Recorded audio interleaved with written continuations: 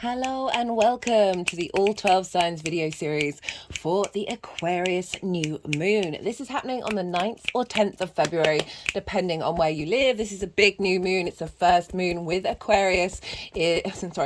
First moon with Pluto in Aquarius for over 200 years.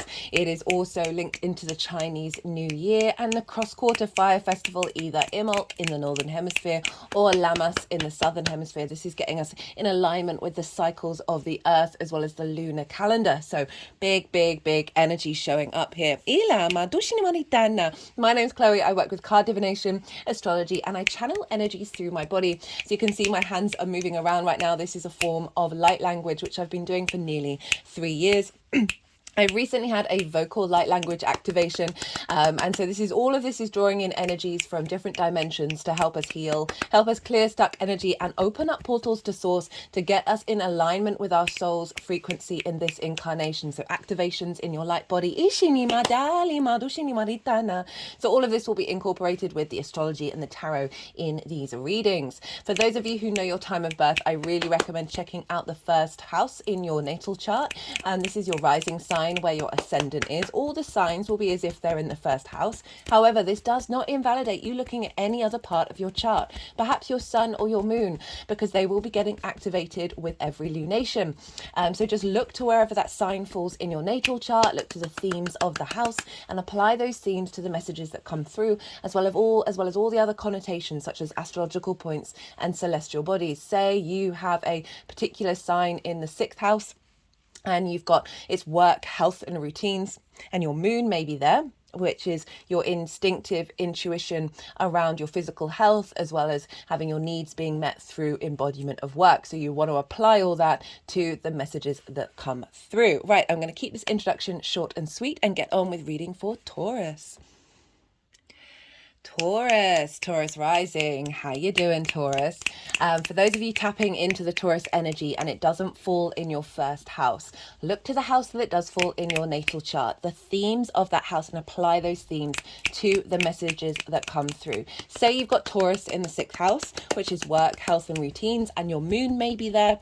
So you bring in the themes around work, health and routine, as well as the intuition and your needs being met around these things in relationship to your moon. All of that will have moved to the first house, so the astrology and the messages that come through will still relate, but you've got to add on everything that's going on in the Taurus area of your chart to those messages. So Taurus, just before I started this video, I cut the deck and it was the Empress card, which is Venus, which is your ruler. Whether she comes out in this reading or not, I just wanted to let you know that that is a prevailing energy that's coming through with this reading. For those who didn't catch the introduction, and I apologize, regulars, I know I'm repeating this a lot, but just to let everyone know what on earth is going on. So I've been channeling physical light language through my body for the last 3 years. These are the movements that you see me do. And I've recently had a vocal light language activation, which I'm still integrating. So this is all coming through from different dimensions to help us get an alignment and integrate into our soul's frequency. So even if you're not consciously aware what's going on, sometimes I'll have words come into my head that are direct channeling. Sometimes it's just response to what I'm just saying independently. But whether you're conscious of what on earth this is all about, it doesn't really matter, because this is all bringing in energies that are here to support us via the will of your higher self. And source. Right, so this is an Aquarius new moon. Regardless of whether Taurus is your rising sign or not, this energy is squaring your Taurus energy, both fixed signs. Squares are an aspect of Mars. This is a hard aspect. It can involve a little more hurdles involved in order to bring it into manifestation. It's a very powerful aspect. So I'm currently channeling 3 main guides through the vocal light language. That one that just came through is more of the yang masculine energy. It's linked into earth manifestation and protection. This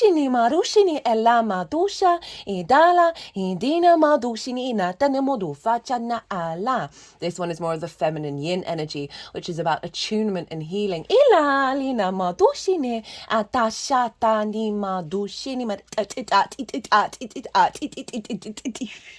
That one is more of the neutral source energy, which is linked into sacred geometry and more of the sort of core fundamentals of the universe, right? The archetypal and architectural structures. It's code coming through. So they're all working together to get us in alignment. We have these energies within us, and it's about bringing them all together. 3 is the magic number, after all. So I just wanted to let you know, because that first one came through quite. There's an element of the forceful is maybe perhaps too strong of a word, but it definitely has that vibe. So I wanted to let you know when those are sort of showing up, that's the overall message of what's being translated. They're just tapping the deck on the heart chakra, so clearing some energy there. Okay, so squares. Mars, the god of war, the god of action. So squares can bring up conflict, drama, and frustration, winning at all costs. If these things are going to come up over the next 6 months. So this is the imprint of this new moon. This is about bringing these things up in order to break them down, right? And figure out, okay, what do I want to stand up for? What's important to me? Do I need to do it via conflict, right? Squares are going to be playing a role in this moon as well, because Uranus is aspecting this moon, and it is... I'll get more onto that later, but this is the potential of building as well. Like, so through this sense of movement and butting of heads, we can then decide what path we want to go on. The other side of the square is friction, is movement, is action. Without friction, atoms wouldn't rub up against each other, creating linear 3D time and space. So this is a big building manifestation energy in this dimension. So big energy for you, Taurus, showing up with this new moon in the sign of Aquarius. So I am pulling cards for 3 different piles. The first pile is the lead up to this new moon. So I work with 6-month cycles. So this is the energy, the download energy from that full moon in Aquarius, how that's unfolded. And often it's been bringing up recalibration energy. So often a difficult energy showing up that has been preparing you for this big new moon. So the first pile is, what have you been recalibrating? What journey have you been on? And where are you at before this new moon? So the journey that you have been traveling for the last 6 months. And so the second pile is the energy of the new moon itself. As I said, I work with 6-month cycles, and I see lunations as download points of activation codes coming through. So this is going to be what energy is downloading into your vessel that will unfold over the next 6 months. And the baseline energy for pile 2 is the collective reading. Now that got broken up into 2 parts because there's a lot going on with this new moon. The first part was about, I talked about Imbolc and Lammas. These are cross-quarter fire festivals that are in between the solstices and the equinoxes. And these happen in Aquarius and Leo season. These 2 are respective Aquarius and Leo season, depending on which side of the hemisphere you're on. So in the northern hemisphere, it's Imbolc, and on the southern hemisphere, it's Lammas. So these are pivot points where we're sort of taking everything that we've sort of been learning from the solstice and then starting to bring things slowly into manifestation towards the equinoxes. It's an awareness of your surroundings and a building on everything that's been coming up. The second thing in part 1 was the Chinese New Year. We're moving from the water rabbit into the year of the wood dragon, and I've broken down the themes and the messages of that in part 1. So that's the overall energy that we're working with this new moon. And then the second part is the astrology. I break down the astrology in way more detail in part 2, which is why I split it up, because I didn't want to rush it. And so this is the baseline of how all the celestial bodies are talking to each other at the time of this new moon, what frequency, what harmonic they are creating that is being downloaded into our vessel. So that's the overall collective reading. I pulled collective tarot with that. I get a bit more esoteric in those readings. I love them because I've got more space to sort of talk about other things. And so the tarot that will come through with pile 2 is in relationship to how this connects to the Taurus area of your chart. Pile 3 is how this energy is going to manifest moving forward. So after the unfolding of this frequency, what's going to start to solidify. Now we're dealing with a new moon here. This is a conjunction of the sun and the moon, the meeting of the yin and the yang. The moon, our unconscious space, is at her most receptive. She is her darkest, right? Very yin energy. So she's receiving the light of the sun into our unconscious space, into our intuition, into our emotional body, where our needs are being met or not being met. How do we nourish ourselves and others? And so the full light of the sun, our conscious mind, our clarity, our vision, our animation, our will, our purpose is feeding into a very receptive unconscious space. So regardless of whether you set intentions or not, you're still going to be intuitively moved to take action around meeting your needs, around nourishing yourself, around establishing a higher frequency around your intuition and a bringing and a clarity of your emotional body over the next 6 months, wherever Aquarius falls in your chart. And so we have this constantly in loop with all the different moons, and it's a beautiful tapestry of harmonics together. Isha ni marita. So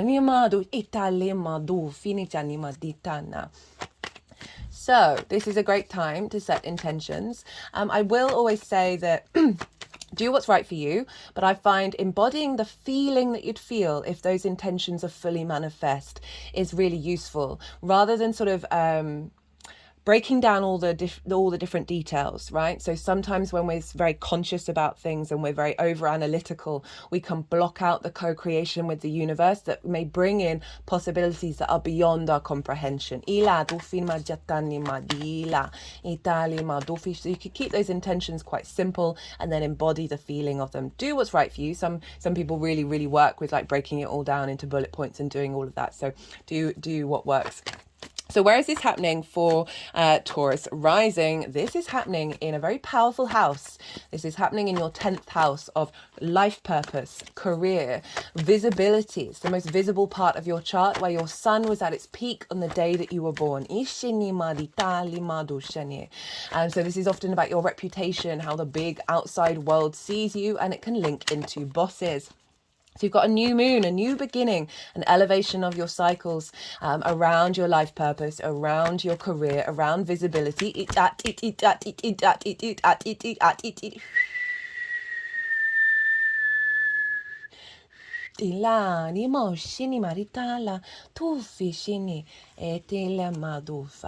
Around your reputation, around bosses, how bosses see you, of maybe becoming your own boss, of elevating the next cycle of your career, and therefore implementing further steps towards your life purpose. Now, career can be a life purpose, but it can also facilitate it. It's the thing that pulls you forwards. It's that magnetic pole. So very powerful energy. You've got Pluto moving. He's moved into this sign for the second time. I've done a Pluto in Aquarius transit series. This will take us up to the beginning of September before Pluto moves back into Capricorn. So for Taurus, heavy energy, you might want to go check that out, because now Pluto is squaring you, and that is a hard aspect. So it can bring about difficulties in order to manifest and change and bring lots of power around your career and your life purpose and your visibility.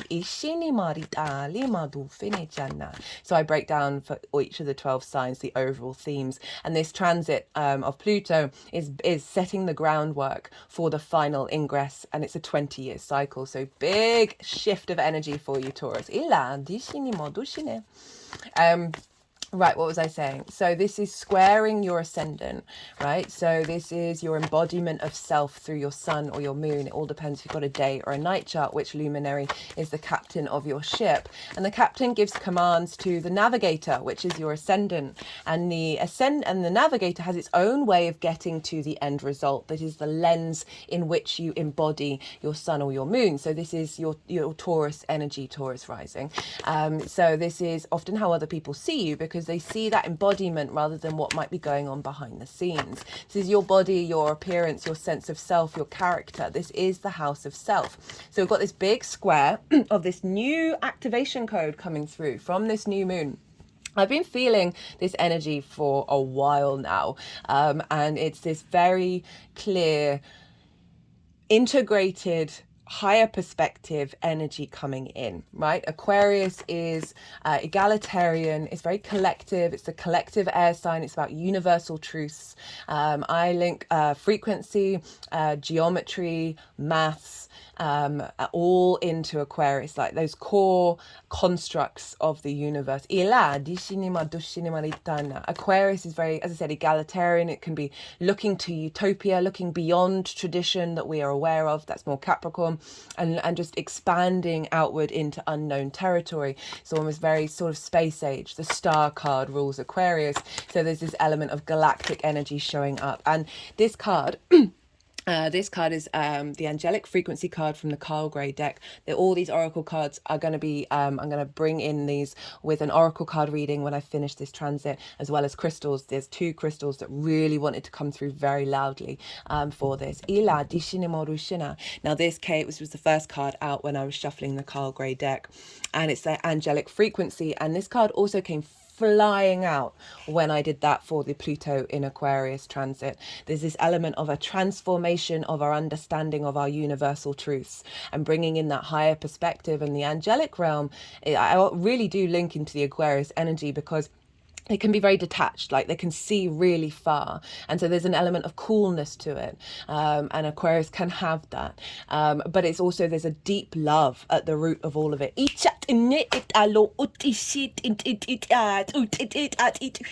The unconditional love of how we unfold. Aquarius can often be the odd one out, and is very comfortable being that, and therefore very welcoming to others who are so. Doesn't necessarily agree with them, because Aquarius can be quite fixed in its energy and its ideas and its constructs. And what I really feel with this moon is we're getting a really very strong energetic frequency come down into our vessel that's getting us into alignment. And this is squaring your ascendant. So a real clarity around your life purpose, an elevation of your visibility and your reputation,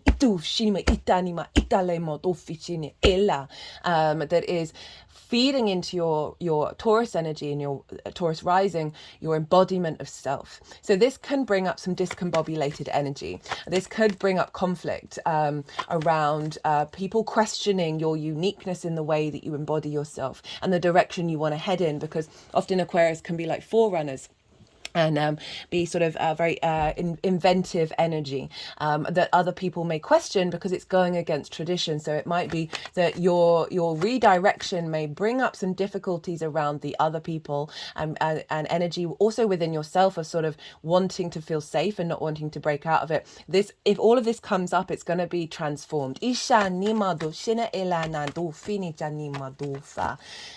very, very powerful stuff. You're also building, you're manifesting with this new moon, or with this new frequency. That sound I often find is linked into energy clearing. It's around the third, they're moving around the third eye, so it's about perception and clearing blockages around perception.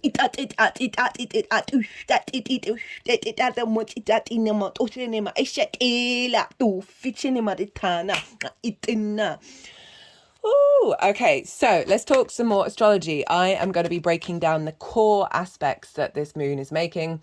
I do more in the collective reading, and then I'm going to move on to the rulership energy. And these both these sides of things help you really fully understand the depth of the moons. Now we're actually getting a grand air trine with this moon, which is lovely. We had one at the full moon in Aquarius, but different. There's one player swapped out with another one. we've got the moon and Vesta. They were both part of that full moon in Aquarius. So Vesta is over in Gemini and they're trining. So a trine is an aspect of Jupiter, and this is a soft aspect, unlike the hard aspect of Mars. This is easy, this is free flowing, this is wanting to help you out rather than set you some challenges, right? Trines bring together parts in order to expand. There's a sense of elevation, a sense of faith and knowing and wisdom that come with a trine. This is because, you know, Gemini and Aquarius, they're both air elements, they're both yang in nature, but they're different modalities. So there's a ability to understand different ways of working. So that's having a full rounded holistic air understanding. The mind, constructs, and all of that sort of thing linked into the air element, very fast moving.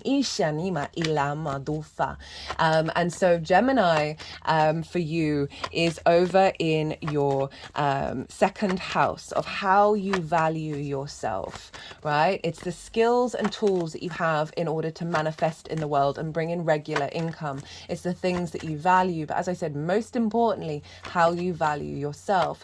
Vesta is linked into devotion and dedication and purity. It's about the inner flame and tending to it, the purity of that. So wherever Vesta is, she's bringing you a sense of devotion and dedication. She's been in and out of Gemini for a while now. She dipped into Cancer for a bit, but she was in Gemini at the time of the full moon in Aquarius. And so this is a real tending to your skills and your talents and your manifestation ability. And we're getting that in alignment with a deeper sense of your original flame. Tending to reestablishing a strength of how you value yourself, because when you value yourself from a very corporate place, you are able to access your skills and your resources with more depth. Now, Vesta was linked into contracts. The temple of Vesta, where all the contracts would be held there in the Roman Empire. Well, not all of them, but the really important ones. If you wanted your contract to remain pure in its essence, you'd take it to the Temple of Vesta, because people could be quite naughty and manipulate and change a contract or a will to get themselves onto the inheritance, or perhaps a business partner's like, oh, I want to rechange the percentages or something. But if your contract was held at the Temple of Vesta, the priestesses of Vesta would protect it. It would be protected in its purity. You did not mess with the priestesses of Vesta. So they kept the contracts pure at their original source. It was also believed that if the flame of Vesta went out, then the Roman Empire would fall. So there was an element of dedication to making sure that flame was still alight. You know, when you want to keep a fire going, you got to clean it. You got to, without disturbing the center flame, and that involves dedication and devotion. So wherever Vesta is, as I said, she's helping bring in a sense of clarity and a purity to your understanding of your own value. And what I'm feeling with this moon is Vesta is helping clear away distorted soul contracts. Eat that, eat that, eat that, eat that, eat that, eat that, eat that, eat that.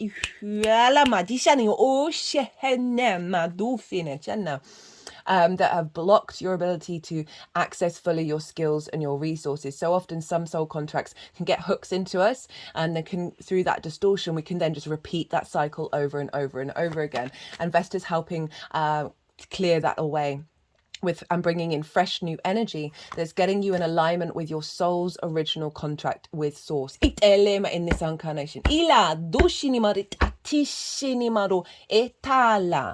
So this can be clearing away manipulations around your understanding of valuing yourself, and therefore understanding the value that you bring in your resources. Also, sometimes we can prioritize and value things that come from a distorted place, clearing that out and realigning that. And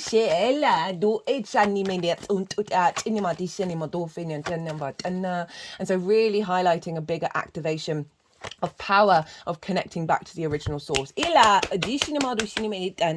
then feeding into your career and your life purpose. So really building on your skills and your tools.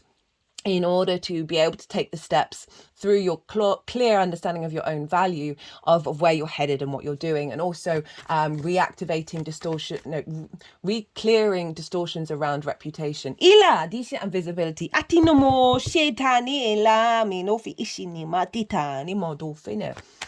Now we've got the South Node over in Libra. And this is in your 6th house of work, health and routines. So you've got all kind of the work houses being activated, Taurus rising. So there's a big focus around that. And the 6th house is how you embody your skills and your tools, the lens in which you do so. So this is Libra, of being able to bring balance and being able to bring a sense of grace, ishinima, dushina, to the way that you work. And so the South Node moving through there, I've done, okay, so there's 3 transit series that may be really relevant. You might want to go check that are still live. Pluto in Aquarius, these are all in their own playlists. The North and South Node in Aries and Libra, again in its own playlist, as well as there's 3 Saturn in Pisces series.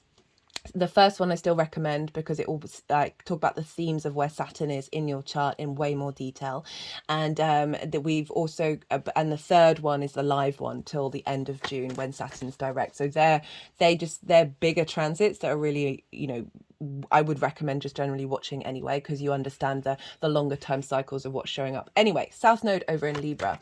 The South Node is linked into the tail of the dragon, that which you're releasing and refining. It's often a place where we start to feel quite comfortable. And when we feel comfortable in an area, we can bring refinement and depth. It's a kind of an esoteric yin energy, an inner space.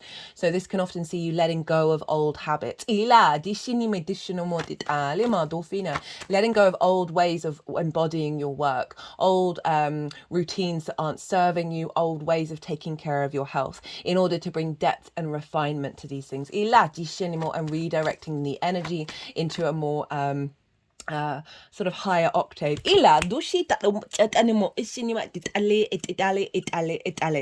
refining the way that you embody the skills. That Vesta is helping clear out distortions. South Node is helping you find the attention, putting the attention to embodying that. That's all feeding into this new moon, bringing wisdom and elevation to your career, to your life purpose, to how you are seen through these reconnecting frequencies back to the origin of your soul. So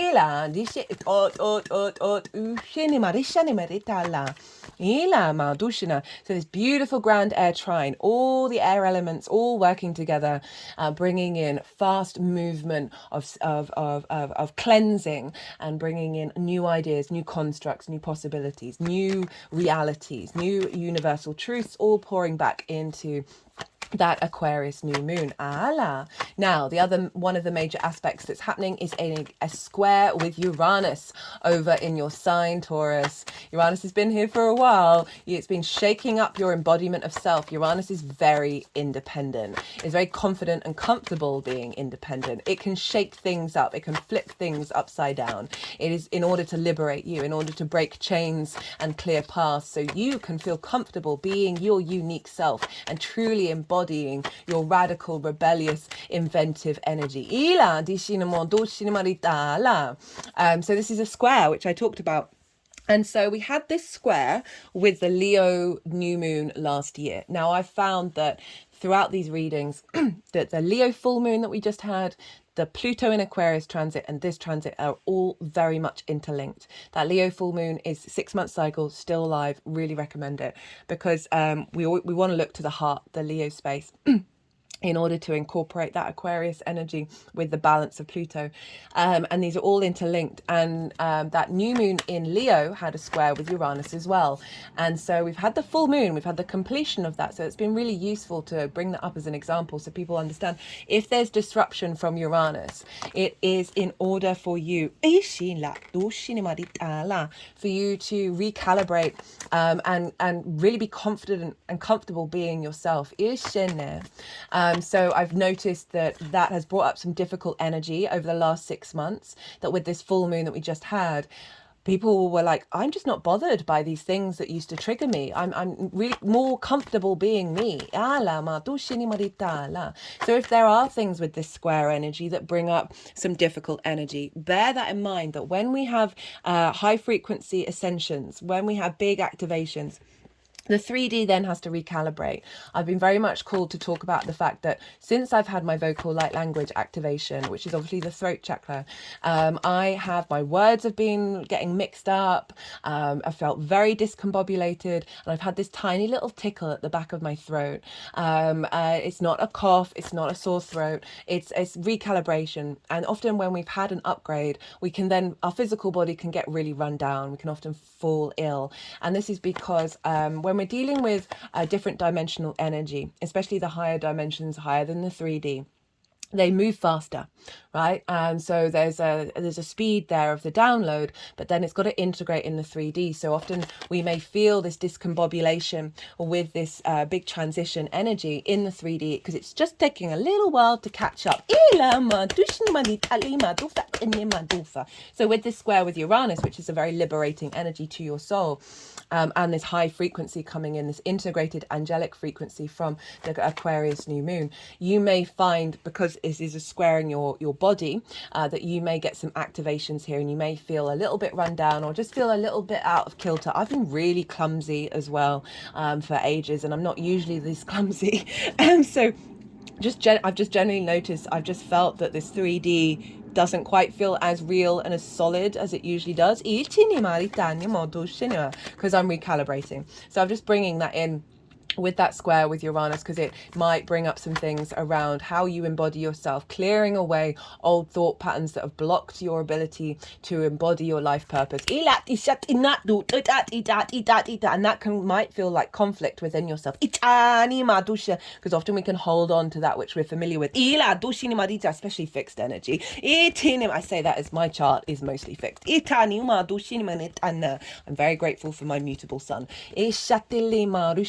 But we've got that Vesta energy of mutability, of being able to adapt, bringing in here as well. So we've got that square with Uranus that can bring about change within your embodiment of self, that's then leading you towards an elevation of your life purpose and your career and your visibility, more recognition around your unique being. Then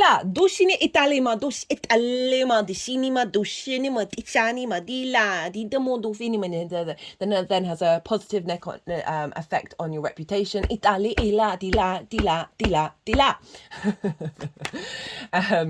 We've also got a harmonious aspect with the North Node and Chiron over in the sign of Aries. Now, Aries for you, Taurus, is in your 12th house. This is the hidden house, the house of mysteries. I would recommend watching that eclipse cycle transit that I've done because of the 12th house energy that you've got going on there. You've got eclipses in your 12th. The 12th house can be a difficult house. It's also a very magical house, but it's the unconscious spaces. It's the constructs of who we are. And that's often where anxiety, depression, isolation, grief, loss can be, as well as trauma responses and limiting beliefs in our unconscious. But underneath all of that is the magic of your soul. But when we have transits in the 12th, it can bring up a lot of those difficult energies in order to transmute them, as well as activating the magic of your soul. It's often a two-pronged effect. So you've got the North Node and Chiron there. And the North Node is the head of the dragon, very yang energy. What are we striving for? What are we hungry for? Big changes and activations for new cycles there. And Chiron is the wounded healer, the ability to have the wisdom to see that the medicine is through the wound, is going through the wound. And it's and then able to embody that wisdom and share it. Now, Chiron has been moving through Aries for a while, and we've definitely seen on the collective level an impingement and wounds around the I am, the autonomy of the individual, the very Aries energy of limiting us from going and exploring. Now, what I felt for this moon in particular, Chiron and the North Node are going to conjunct each other exactly. This is a big aspect on the 19th of February. I've put in the description box, there's a lot of conjunctions happening around this new moon, and they mark big new cycles. And they're all in the description box. You might want to go write them in your diary and then see what's coming up around the days around those conjunctions, just to get some clues about what these new cycles are bringing in for you. Now, Chiron, this conjunction is happening after this moon, and I really like that we're getting this high vibe, detached perspective in with what could be a very transformative but potentially a little bit discombobulating conjunction with Chiron. But what I'm getting with this moon in relationship to this aspect is that Aries is very much going off into the frontiers. Ila dushnimaritani madufa is wanting to experience life through its own understanding. It can be very sort of frontier energy, very adventurer, explorer energy, the Aries energy. And what I've been picking up on is we, in this lifetime, in many lifetimes, ancestor stuff, we would have been on that frontier and breaking into new boundaries and new frontiers, breaking the boundary into new frontiers, Ishani Marushna, both physically, mentally, emotionally, spiritually. And it can be a bit of a tricky, dangerous game because you're going into the unknown and you don't know what's there and you might not be prepared for it. Ila Dishina Modufa. So we may have suffered wounds around these things, and that have caused us to restrict and want safety and security. And what I find with this conjunction with the North Node, and we've still got this, not exactly, but definitely influencing this moon, is the North Node is helping us break free of that. Chiron is helping us understand the wisdom of those previous journeys and then turning it into medicine and deep, faith and trust to be able to then go into new frontiers. Ila, beyond our comprehension. And there's a lot of other astrology that's linked into this. Ila, this very strong frequency that's bringing in new universal truth. Ila, dishinimo dushina. And it's by sextile. Aspecting this moon, and a sextile is an aspect of Venus. Venus wants to help us out. It's a soft aspect and she wants us to feel good in this 3D realm, and this is brings about a sense of connection, of harmony, a sense of diplomacy and grace, of desire, of love, of creativity, right? So this is feeding into this new moon of clearing wounds in your unconscious space that may have blocked your visibility, blocked your reputation, blocked your understanding of your career and your life purpose, and being able to go into new frontiers with that. As well as uncovering a lot of magic. That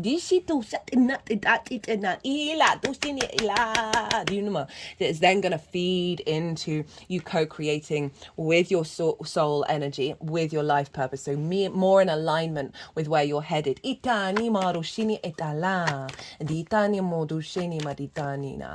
So bringing in new possibilities around how you explore your career, how you explore your life purpose. The other thing that's going on, the major aspect, well, it's not an aspect, but Pluto and Mercury are in the sign of Aquarius. Mercury is in conjunction with Pluto. It made the exact conjunction on the 5th. So you might want to look back to what happened around there. I definitely got a download around the nervous system. And regulation. Aquarius rules the nervous system. Mercury being in Aquarius, very clever, really drawn to universal principles. I've noticed that since Mercury's been in Aquarius, all I'm really interested in engaging in is frequencies, geometry, numerology, and maths. Mercury is able to get that higher perspective. It's being activated by Pluto, of being able to download the details of this frequency and put it to use. When it comes to your life purpose and career. So this is why I feel like there's a lot of speed here coming in with this frequency. And it's with Pluto, and Pluto transforms, magnetizes and brings power to this frequency. But it's transforming our understanding, breaking out of this fixed energy and bringing in a new fixed energy that is going to serve us for the test of time. So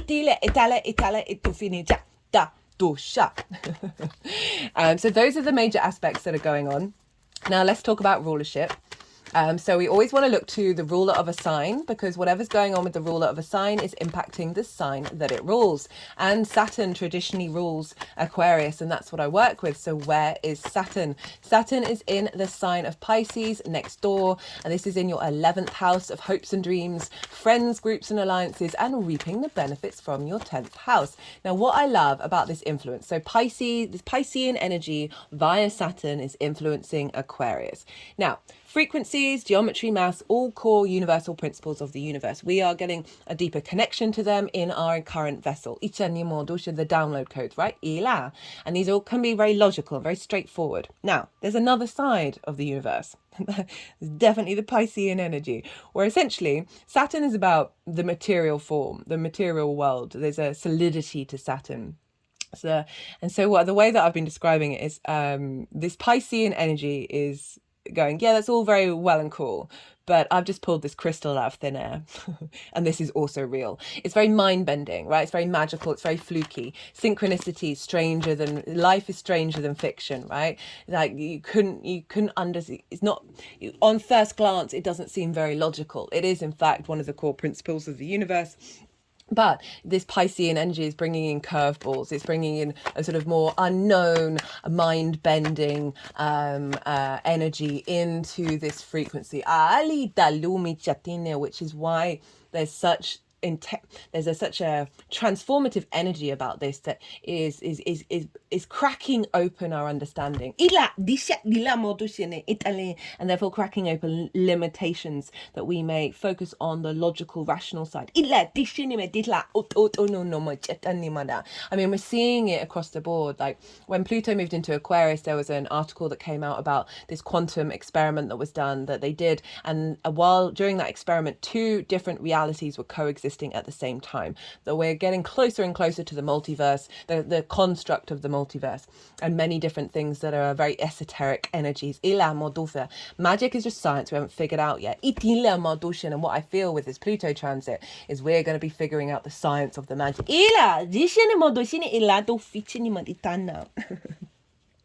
So Saturn is influencing your Aquarius energy, and this is coming via the 11th house of your hopes and your dreams. Saturn moving through the 11th can bring up restrictions, isolations, frustrations, impending authority, all in order for you to tap into your own authority, your own commitment, your own responsibility and duty, strong foundations for you to walk your talk, your integrity, and commit to your legacy. So Saturn is giving you a sense of devotion and sense of dedication.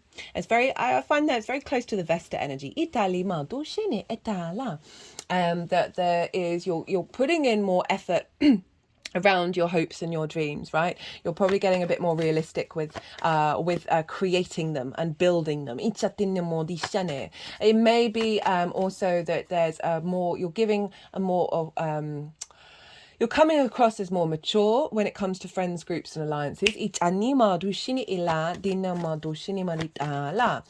So we're bringing in this frequency of activating a dedication, a commitment to your hopes and your dreams, and more being viewed as more mature and more there's an element of authority with Saturn. That means activating a new codes around reaping the benefits from your 10th house. And this can also be affecting the maturity of your reputation and your visibility when it comes to friends, groups and alliances.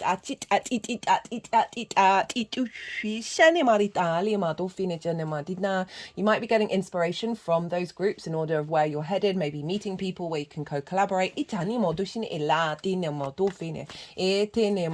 terms of your life purpose.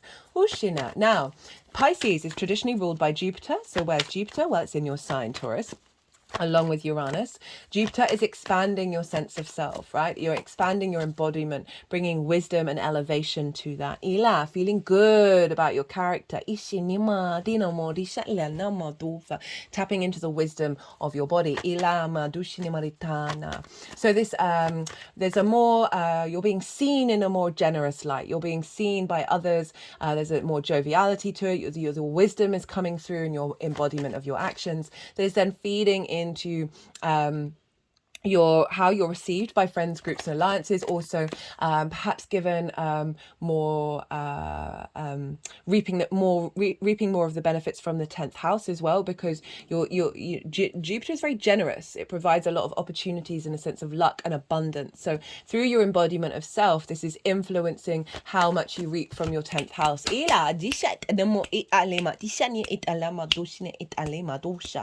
Also having the wisdom to understand how to take action connection around your hopes and your dreams. That's all getting in alignment with your soul's purpose. The embodiment of self is influencing that. Now we want to look to Venus, because Venus rules your sign Taurus. So Venus is influencing Jupiter and therefore influencing Saturn and therefore influencing this moon. And she's over in the sign of Capricorn, a fellow earth sign. She's been there for a little while now. She entered there after Pluto left, and Venus often you can say that she tidies up, but it's mostly because she connects the dots. She brings harmony. She brings grace, a sense of diplomacy. She eases things. She brings a sense of, as I said, a sense of ease and a sense of grace. And there's love there. And we've got this in the 9th house for you, Taurus risings.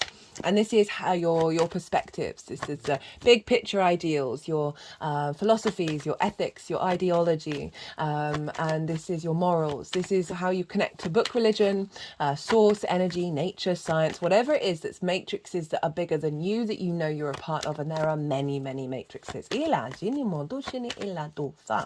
All contained in one whole.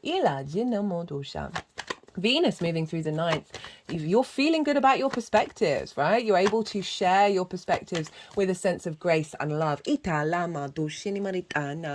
clearing up that very powerful transformational energy of Pluto, magnetizing power of how you understand yourself in the universe. The 9th house is also linked into learning and teaching. It's about mastering something, and through that mastery, broadening your perspective and sharing it with others. It's also about going and visiting a country or a different landscape that is unfamiliar to you in order to broaden your perspective. And that doesn't have to be just on a 3D. It can be on many dimensions. Finding more connection to perspectives, being able to get creative with them. But overall, just feeling good about how you see yourself in the world and with the universe. So this is influencing Jupiter, of this embodiment of feeling good, right?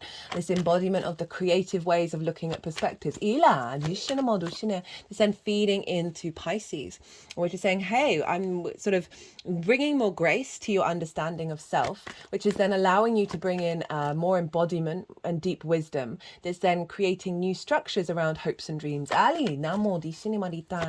Beyond what you may have been able to believe before, as well as sharing your perspectives with friends, groups and alliances that may see a knock-on effect of bringing in more, reaping the benefits from your 10th house, depends on what you do, of connecting to other people who are then interested in your career or your life purpose, and then collaborating.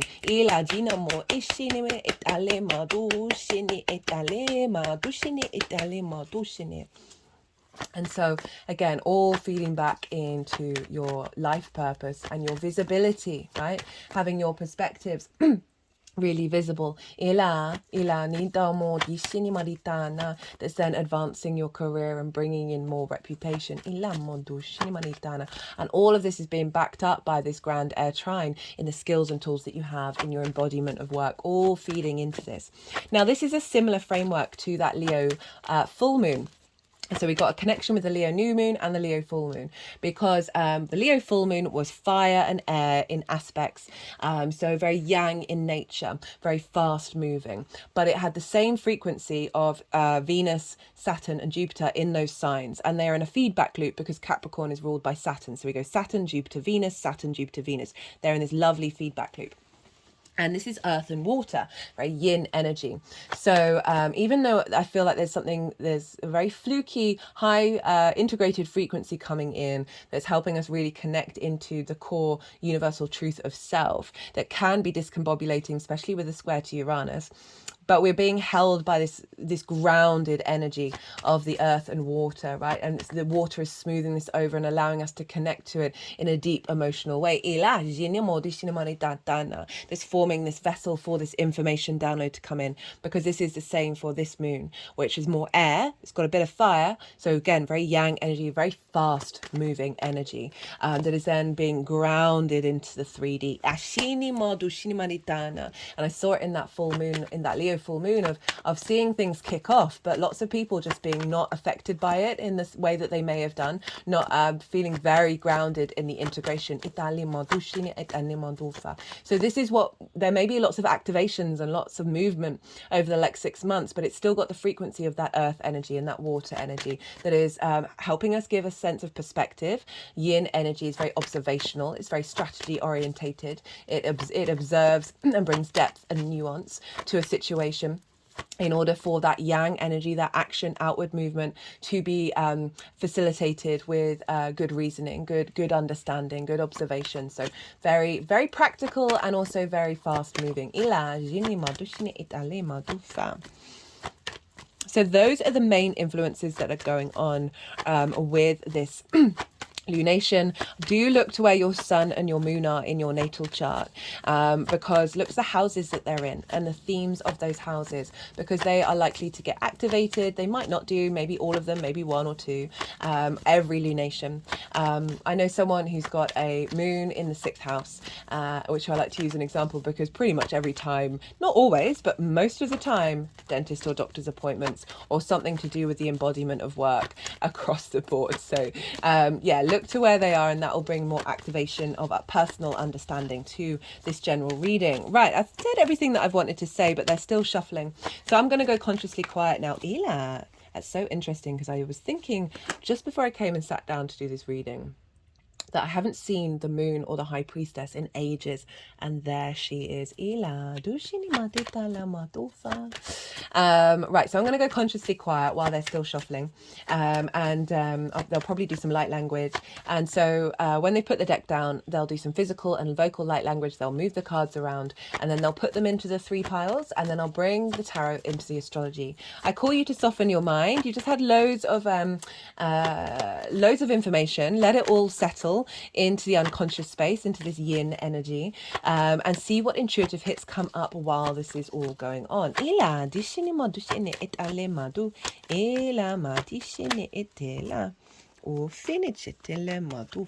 Anima etene etene etene madula madushene ela etena ushene madula eta eta ut dela ala dilema ufina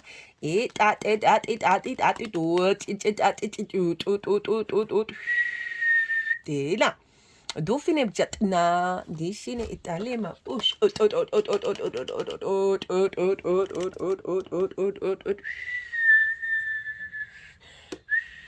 dela ufficane etala etina etina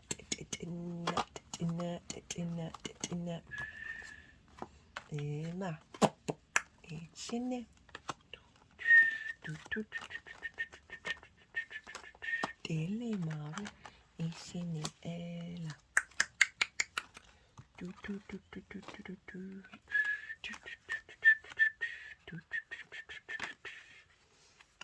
dela ma oshini minetena ela itela ma dishitini elatini itela mudu fitini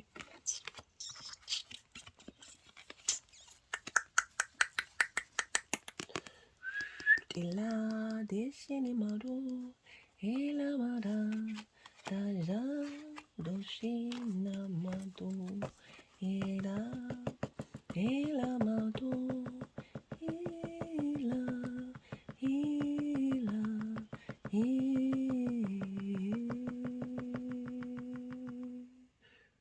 Dana chitele eta na ma do facha na ma bishane o it na ma it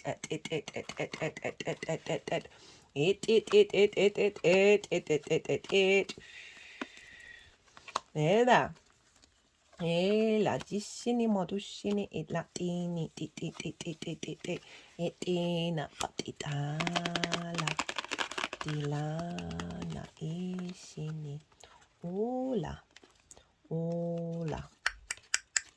iti nushine etani maritala dela shinima ushine inet ditali tita dushine maneta le ela dela du finishini etile maritene etinima tu dilema etila dela ishinima etala ila matu janima ditanina tu fichata tinima dinama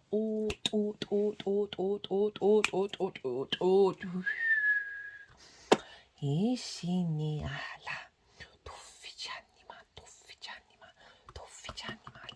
Zinina Dina Della Matushinimanetana. Right, Taurus. So first part is the lead up to this new moon from that full moon in Aquarius that we had last year in Leo season. So what have you been working through? What have you been recalibrating and integrating in the lead up to building up onto this next part of the cycle? Now we've got the Two of Pentacles, we've got the Five of Swords, crowned by the Star card, some deep healing over some difficult energy around survival. The Knight of Swords, sort of half upright, half in reverse, so midway. The Nine of Cups, the Page of Swords, and the High Priestess. I really like the message that's coming through with this one. Okay, so these can be difficult energies, right? The Two of Pentacles is kind of like survival mode. You know, you're having to juggle things. You can't quite think beyond survival. You see here in the background, these ships are on, there's a storm going on, and these ships are on very big waves. Imagine if you're on that ship, you're in the moment, but you're in the survival moment, right? Which is different.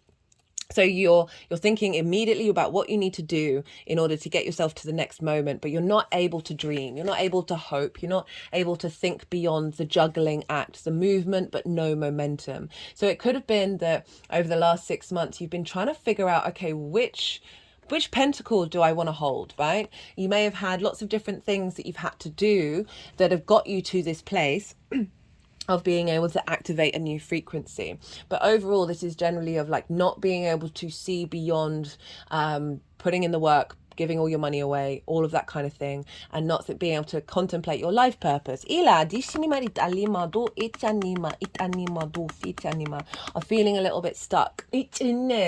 Because this is stagnant energy and not necessarily seeing a way through to activate the next level. And so this survival state when it comes to our life purpose and our career is very, very common. Even if you feel like you're actually doing quite well, there's obviously an element that's come up that's been like, there's something that's not quite right. There's something that's not quite working.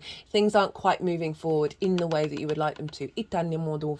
We've also got the Five of Swords. Sorry if the cards are shaking because my leg is shaking. The energies are shaking. I feel like it's around the root chakra.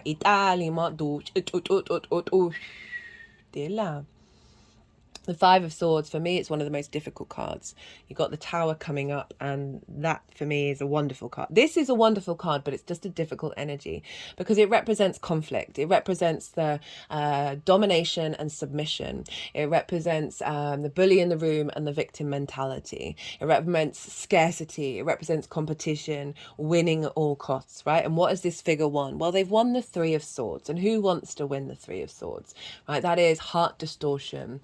That is not operating fully from our heart space, but operating from a space of fear. So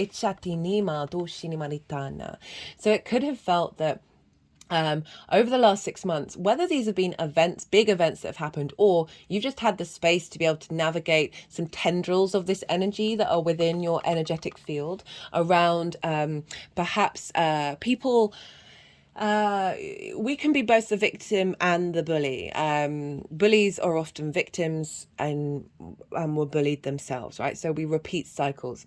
So, but there's an element of getting stuck in either side of the polarity. So it might be around your career and life purpose, or just feeling like there's been conflict around it. This can be your mental state as well, and the constructs that you have in your unconscious space, link that back into the North Node in Aries, that have blocked your ability to break outside of this cycle. So for example, it could be somebody getting the promotion that you wanted, and then feeling really, rightly feeling sorry for yourself, but then staying in that feeling. It could be that their bosses have been not supported of you, and you've been working through that energy and not letting it affect you, because we've got the star card here. So you're healing this stuff. You've healed this stuff, at least a good chunk of it, right? Because there's always layers. And could be an element of scarcity, or the mindset of scarcity, and therefore vulnerability in your career. And also, are you able to put things into action in terms of your life purpose, right? What is your life purpose? Got it with the star. This is the Aquarian energy. This is about deep healing, both on the 3D and the galactic realm. She is authentically herself. She is unclothed. She is rid of masks. So this is getting through this journey. You have got to the root of what it is that you want to embody. This is about hopes and dreams as well, of being able to dream again, having navigated, perhaps these are old cycles in old ways of work that may have just been bubbling up over the last 6 months, in order to release them. The world is a very dangerous... No, I don't want to say that. There's a current matrix that is not doing so well, right? It's based on fear, it's based on scarcity, raising of prices, all of these things. This is a matrix that is real, but whether you attach yourself to it or not, whatever. But it's totally understandable to have in the back of your mind, even if you're like, okay, I'm not going to let this affect me, of still being like, oh, stuff's going down in the world, and feeling unsteady, right? Feeling very unsteady, and feeling that vibrational frequency of the conflict. And not being certain about how you're going to break out of it and then tap into your soul's life purpose. And the star coming through and saying, this has come up because you've now gone through a process of deeply healing it. We've got the Knight of Swords with the Nine of Cups, the Page of Swords, and the High Priestess. So we've got a lot of sword energy, a lot of Aquarian mind energy with the swords. So this is, having done some deep healing, you've then started to realize that you're able to embody quite quickly this new frequency, having healed, and thinking about how the steps that you need to take to embody, to bring things into action, right? Knight of Swords moves very quickly. It embodies the sword energy, it embodies the air energy. And what I love about this is it's being flanked by this Nine of Cups. So either side we've got the Nine of Cups. You've tapped into your unique frequency, and this is all about the integration of it in preparation of the upgrade. So the Nine of Cups is feeling internally abundant, having emotional contentment. It can be a wish fulfillment card, but what I'm feeling with this and with the High Priestess is, the more you've been tapping into feeling good within yourself rather than conflict and survival mechanism, the more that you've been building on this activation. We've got the King of Swords coming up later, so we're moving from the Knight and the Page to the King. The Page is able to look to the past while moving to the future, so it's very able to navigate all different possible timelines of implementing this new healing space, allowing your star energy to unfold from a more at peace energy. And it's crowned with the High Priestess, which is super powerful. The High Priestess knows that this is the Moon's card, that if she is drawing towards her that which serves her soul. There's like your higher self manifest, and your higher self draws towards you situations for deep healing, in order to liberate.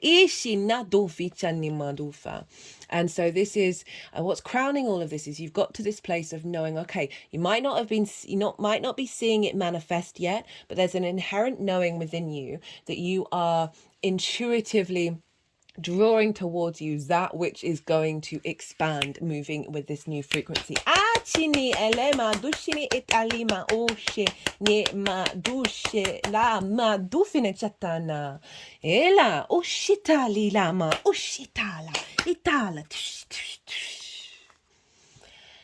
How this energy, what's coming through with this new moon, what frequency is coming into your vessel? We've got the Tower in reverse, we've got the Three of Cups, the King of Swords, the Seven of Wands in reverse, the Six of Cups, and the Three of Wands.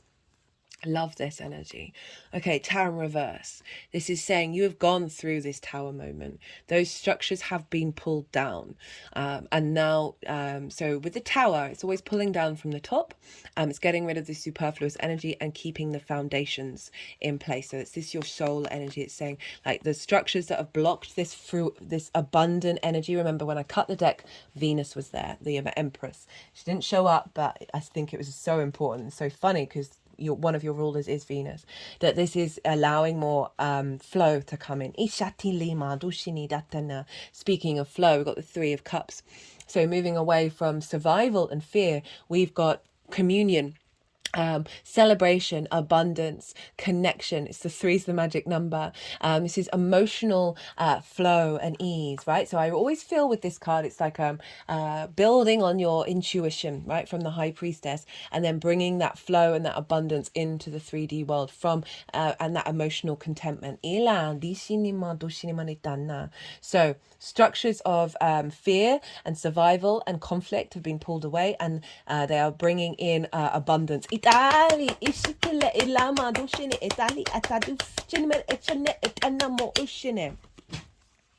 With the King of Swords coming through, right? So what I like about this is we've got this very soft, beautiful, friendly energy, right? Very emotional abundance. And then we've got the King of Swords, which can be a bit detached, right? This card has shown up a lot. It showed up for every sign bar Pisces in the Pluto in Aquarius transit series, which made sense for the astrology. But this is very cool, calm and collected. There's a sense of vision, of purpose, to be able to act on this new frequency. But abundance and flow and connection is behind it. Kings are very sovereign and in their nature. They are able with authority and maturity to take action. So this frequency is coming in, is instilling this within you, of giving you a strength. Got with the Seven of Wands in reverse. So the Seven of Wands upright, this figure has something of value. They are on the higher ground. They are on the cliff. But they're very unsteady and they're in competition mode. And they feel like they're having to fight things away from them in order to survive, right? But it's inherently not quite knowing the value that you have within yourself. In reverse, for me, this is really knowing that value and falling away from the competition. You do you embodying you, regardless of whether it might be a saturated market in terms of like your career, falling away, or scarcity around implementing your life purpose. This is falling away and you're falling into the hive, right? So collaboration, the collective mind. The honey, the abundance. And then we've got the Six of Cups and the Three of Wands. The Six of Cups, this is the biggest house in the tarot. This represents safety and security. Cups and the sixes are very protected. You are receiving wisdom from your past lives, from your ancestors, that are bringing about a state of emotional abundance, and abundance from your emotional being. So this new frequency coming in is activating more abundance here. This can also be being at peace with whatever's happened in the past, right? So I'm not denying that may have been difficult situations, but it's now changing the perspective of how you look at it, and therefore clearing those cycles. They're moving it around the back of the third eye and around the throat chakra, but really around the third eye, of seeing clearly, of seeing the love, seeing the safety and the security. So we're moving away from survival and scarcity and conflict to coming together, to abundance, to safety, to security. And, you know, the 10th house, your career, your life purpose, this is something that you want to sort of make big, right? And this is saying your intuition is going to be bringing that into force. Final card crowning this, 3 of Wands. Great for activation for a new moon. This is, again, this figure is standing on the cliff representing the higher ground, but this one knows. See the difference? See the difference, which is why I interpret this one a bit differently. Like this figure, they're wearing different shoes, they're unsteady, they look really uncertain. This figure's very confident. They've got armor on, they've got all these robes representing different things and qualities that they've brought to the table. Very confident in the way that they're standing.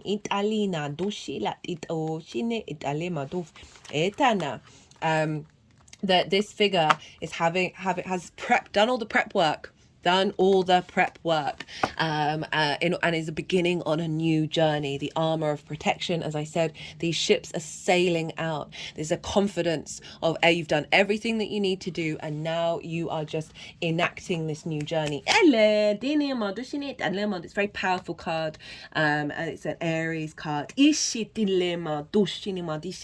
if we think about that North Node in Aries with Chiron, of setting into new boundaries, new frontiers, of having confidence in your internal space, in your unconscious space, there's then feeding back into your 10th house of liberating old patterns that have blocked your ability to manifest using your skills and your resources to embody your work with purity and clarity. That is then sending you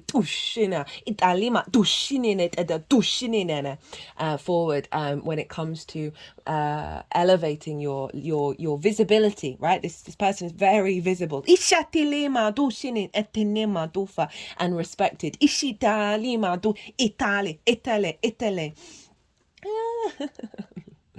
How this energy is manifesting move forward. So we've got the 3 of Wands and we've got the 4. So this is how it's going to solidify. Then we've got the 6 of Wands and then the 10 of Cups. Really, this is great for the 10th house. So this is a milestone, a celebration of putting in the hard work, right? I link it into the harvest. So the harvest takes a while to get going, but when you do, it's really building up. But you need, this is also about collaboration, of working with others in order to create something that you then celebrate. So whatever it is, whether you're working with other people or not, there's an element of you over the next 6 months, you're with this instigation of this new journey and instigating of this new frequency, you are putting in the effort and feeling good about it, right? I'm not getting a sense of it being exhausting. It's not the 10 of Wands here. And then at the end, you're celebrating a sense of achievement. And we've also got the 6 of Wands. We've got a lot of wand energy, passion, creativity, and the 6 of Wands is about recognition. But both of these are about celebration. So this figure has gone off and done the thing that they needed to do, and now they're coming back and they're about to go and have a banquet, and they're being celebrated by everyone around them. We've got the victory wreath on the staff, the wand. So both of these represent having done the hard work. You are now able to celebrate, and there's recognition from the outside world. And it's leading to the 10 of Cups. So this is moving from the 9 to the 10. So that implementation, that groundwork that you've been putting in here, right? Is manifesting over the next 6 months. So this is outward contentment in areas of your life external to yourself, right? The 9 is an internal contentment of emotional ease. This is the only rainbow in tarot.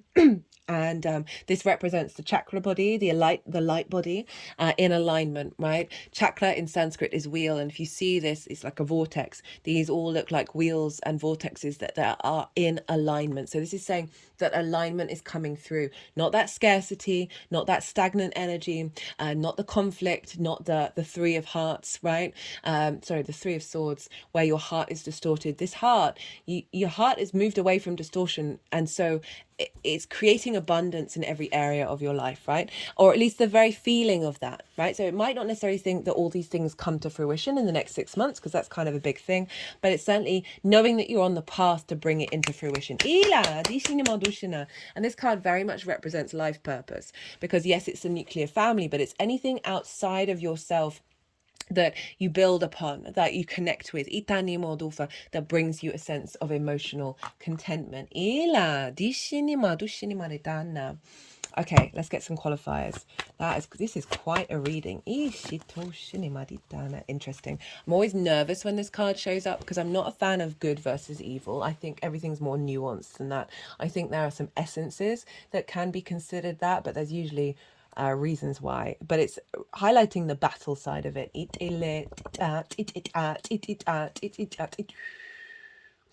So you have gone through clearing out some karmic battles within yourself that may have come out in your exterior world. Take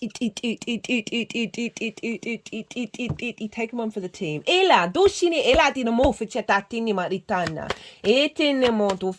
But now you're seeing beyond that simple polarity, that simple duality. Changing that perspective. That Six of Cups, I think, is really important, about changing your emotional response mechanism to situations that would normally help recreate that cycle of the Two of Pentacles, Five of Swords, but you're breaking out into a new system.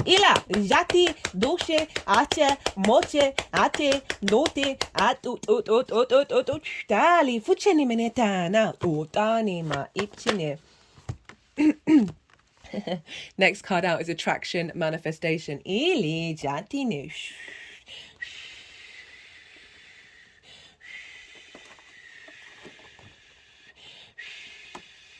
Dina, Italima du finicenima ditana, etinimo du finica, etna matufa. We've cut the deck and got the Lovers, union, matters of the heart, choices, physical love. Dina, but it's focusing on matters of the heart in choices, right? So it's saying the Lovers card is about being at crossroads and being able to make the right decision that serves coming into a higher perspective. So I feel like with this energy activation, you are going to know what's right for you, what path is right for you. When you move from the heart space.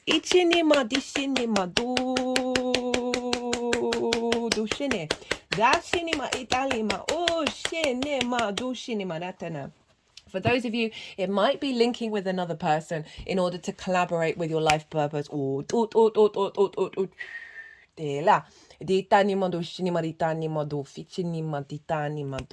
Doesn't have to be about love. It can just be about collaboration and making a decision to go on along a path with someone for a period of time.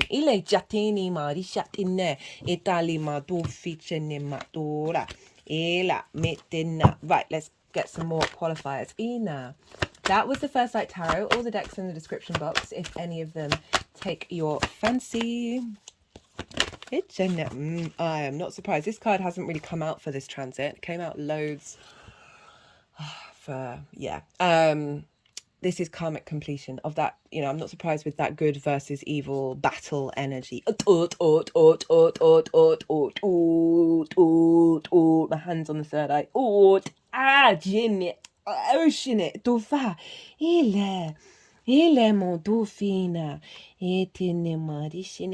Getting the feeling that it has helped clear blockages around your intuition. So therefore, you're more in alignment with your intuitive attunement when it comes to your life purpose. Do you, be you. This is all squaring your embodiment of you. Of the more that you tap into what moves you, the more, don't fear about what opportunities are coming your way. Just do you. Because if the High Priestess has now moved into this integration energy, she's really highlighting of saying, trust in like, operate from your intuition, what you're instinctively drawn to do. Like Jupiter in your first house is really helping you tap into the wisdom of your body and what you're called to act on.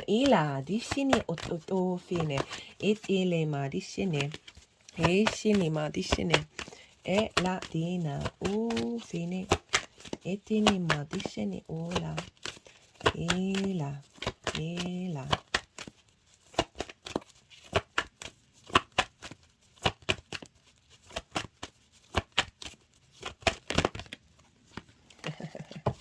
Adventure.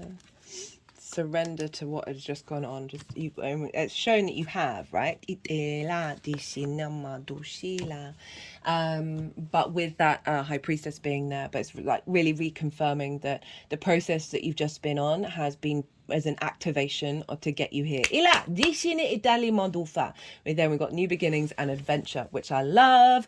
Okay, Taurus, I'm going to leave it at that. I hope you enjoyed this reading. I certainly did. Very powerful. If you did, don't forget to hit that like button. If you would like a personal reading, whether it's a natal chart reading, tarot questions, astrology questions, channeling energy, my email address is in the description box. So send me an email. Let me know what you're looking for. Give me some context. I like to tap into the energy and tailor to the client to see how to bring it all together. Be good to yourselves, Taurus. Be good to those around you. And most importantly, be well until we meet again.